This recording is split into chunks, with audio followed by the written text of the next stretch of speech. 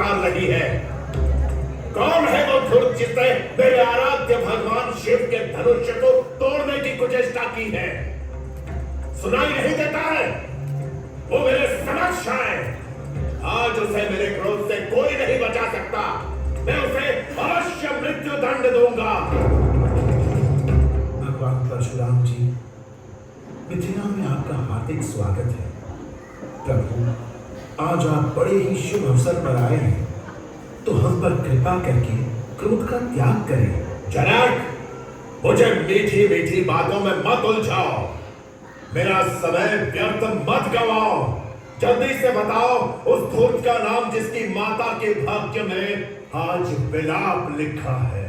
परशुराम जी, आप कब से भाग्य विधाता बन गए जो कौन विलाप करेगा ये युद्ध होने से पहले ही इतने अहंकार से कह रहे हो? कौन है यह विवेकी बालक? इसे अभी मेरी दृष्टि से दूर करो, अन्यथा मैं इसे मृत्यु दंड दे दूंगा। ये सूर्यवंशी राजा दशरथ पुत्र सुमित्रा नंदन लक्ष्मण है और ये बड़े भ्राता कौशल्यानंदन परम प्रतापी राम है। आपने इन उद्दंड बालकों को यह नहीं सिखाया कि बड़ों से कैसे बात करते हैं? आप तपस्वी हैं। अचरज हो रहा है कि आपको यह भी नहीं पता कि बड़ों को आदर तब मिलता है जब वे प्रेम की भाषा बोले। शत्रु की भाषा बोलने वाला आदर के पात्र नहीं होता। जनक, ये बालक आपका अतिथि है। इसे समझाओ, इसे बताओ कि मैं कौन हूं। मैंने सहस्त्रबाहु के हाथ इसी फरसे से काटकर फेंक दिए थे। कई बार अकेले ही पृथ्वी नक्षत्रीय करके मैंने ब्राह्मणों को दान दी है। एक व्यक्ति के अपराध का दंड आपने समस्त समुदाय को दे दिया। ये भला कहां का न्याय है? यह तुच्छ प्राणी आज अवश्य काल की भेंट चढ़ जाएगा। प्रभु, क्षमा कीजिए और शांत हो जाइए। क्रोध आपको शोभा नहीं देता। भैया, इन्हें बताओ कि बाल्यावस्था में हमने ऐसे कई धनुष तोड़कर फेंक दिए हैं, तब तो कोई अपराध नहीं हुआ। और अब ऐसा क्या हो गया कि इस शुभ अवसर पर वे बाधा बनने चले आए? विश्वामित्र, इस बालक को सामान्य धनुष्य और भगवान शिव के इस धनुष्य में कोई अंतर नहीं दिखता।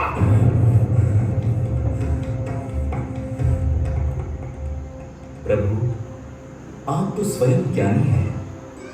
भगवान शिव के इस धनुष्य को उठाकर प्रत्यंचा चढ़ाने का कार्य तो आपका कोई दास ही कर सकता है। नाम बताओ जनक, नाम बताओ उस पापी का, अन्यथा जहां तक तुम्हारा राज्य है वहां तक की पृथ्वी को मैं उलट पलट कर दूंगा।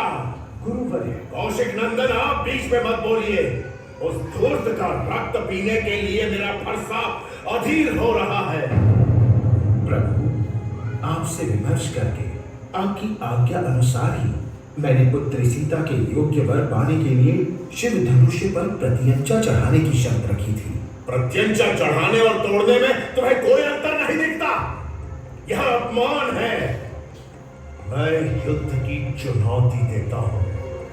आप सभी में से जिसने भी यह कृत्य किया है वहां आगे आए, अन्यथा मैं सभी के सिर धड़ से अलग कर दूंगा। भगवान, ऐसा कार्य तो आपका सेवक ही कर सकता है और वह सेवक आपके सामने उपस्थित है। ओह, तो तू है वह जिसकी माता आज नपूती हो जाएगी।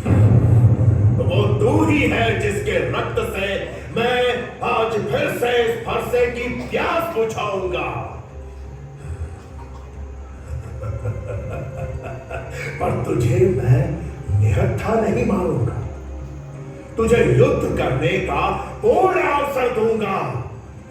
युद्ध कर, मैं कहता हूं, युद्ध कर।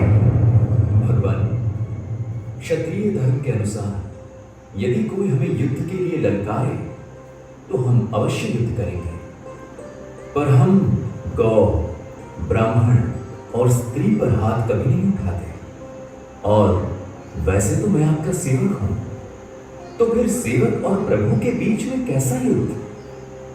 प्रभु, आपने अपने दास को ठीक से पहचाना नहीं है।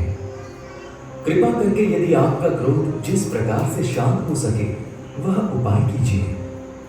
दास आपके सामने नतमस्तक खड़ा है।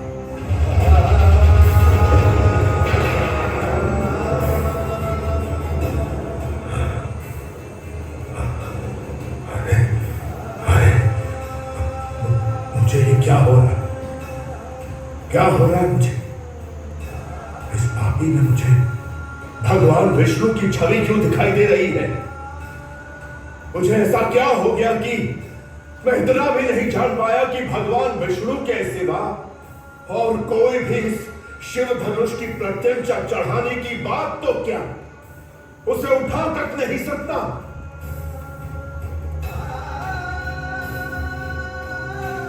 प्रभु, यदि आप भगवान विष्णु के इस धनुष्य पर बाण का संधान कर सको तो मेरी शंका का निवारण हो जाएगा।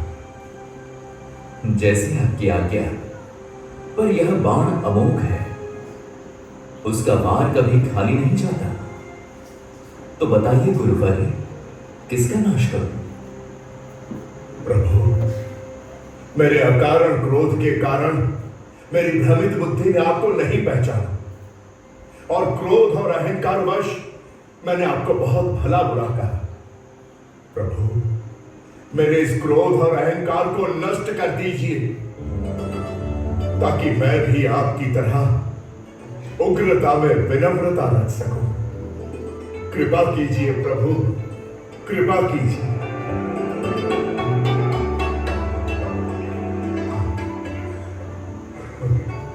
प्रभु, आपकी लीला अपार है। प्रभु, आपकी लीला अपार है।